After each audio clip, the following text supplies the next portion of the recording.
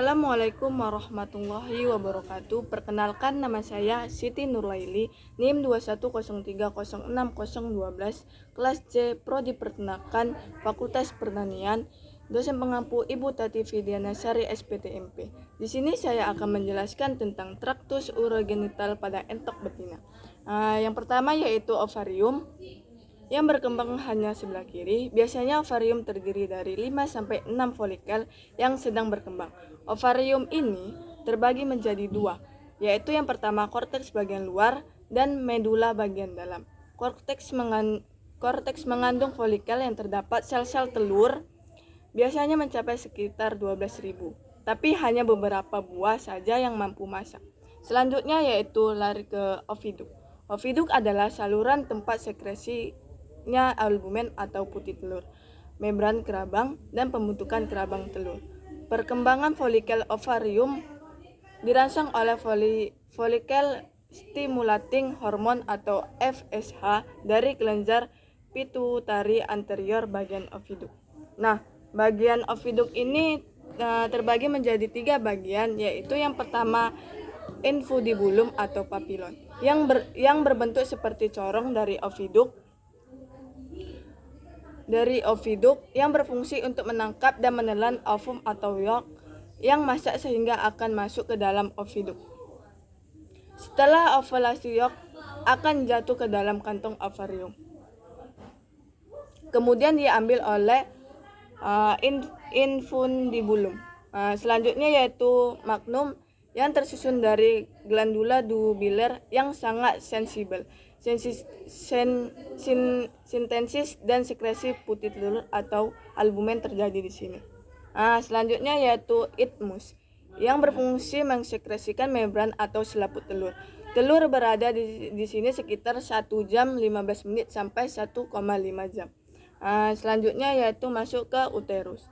Uterus adalah tempat penyimpanan sementara sebelum telur keluar. Selanjutnya masuk ke vagina.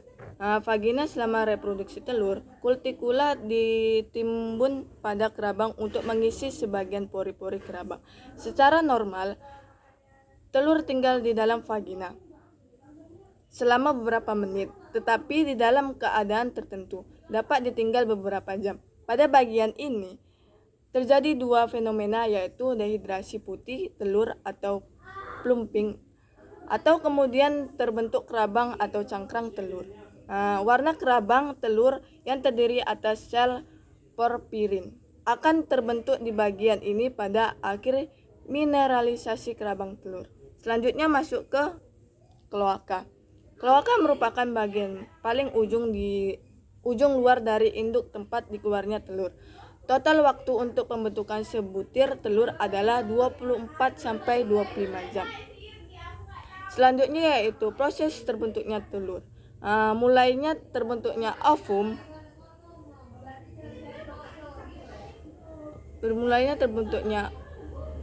di dalam ovarium. Ovum yang matang akan dilepas oleh ovarium dan ditangkap di infundibulum. Kuning telur berada selama 15-30 menit.